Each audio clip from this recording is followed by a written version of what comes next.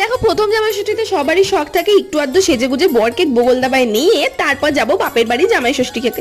কিন্তু আমাদের দুজনেরই আলাদা আলাদা কাজের সূত্রে দুজনেরই এটা হয়ে ওঠা পসিবল হয়নি। আমি চলে গেছিলাম আগে, ও গেছিল একদম অনেকটা পরে। তাই ভাবলাম যে আজকে একটুখানি রিক্রিয়েট করা যাক যে আমি যদি জামাইষষ্ঠী যেতাম তাহলে কেমন ভাবে সাজতাম, মানে বাড়ির মধ্যেই তো হয়তো তাহলে একটু বেশি সেজে ফেলেছি। তো এখানে আমি একটা শাড়ি পরে নিয়েছি, আর এই গোল্ড চোকারটা যেটা দেখছো চিকটা, সেটা আমি বিয়ের সময় নিয়েছিলাম। আর এই হারটা শ্রীহরির হার। আর এখানে আমি সিঁদুর টিঁদুর পরে রেডি, মুখে কিছু আলাদা করে মাখিনি। আর এই চুলটা নিয়ে কি করব বুঝে পাচ্ছিলাম না। ভালো তো লাগছিল সামনে দিয়ে, তার ভাবলাম না বাবা তুই পেছনেই থাক। আমি তো রেডি হয়ে গেছি, আর হট করে দেখি ও ওপরে এসছে কি একটা কাজ, আর আমাকে দেখে তো ও নাচতে শুরু করে দিয়েছে।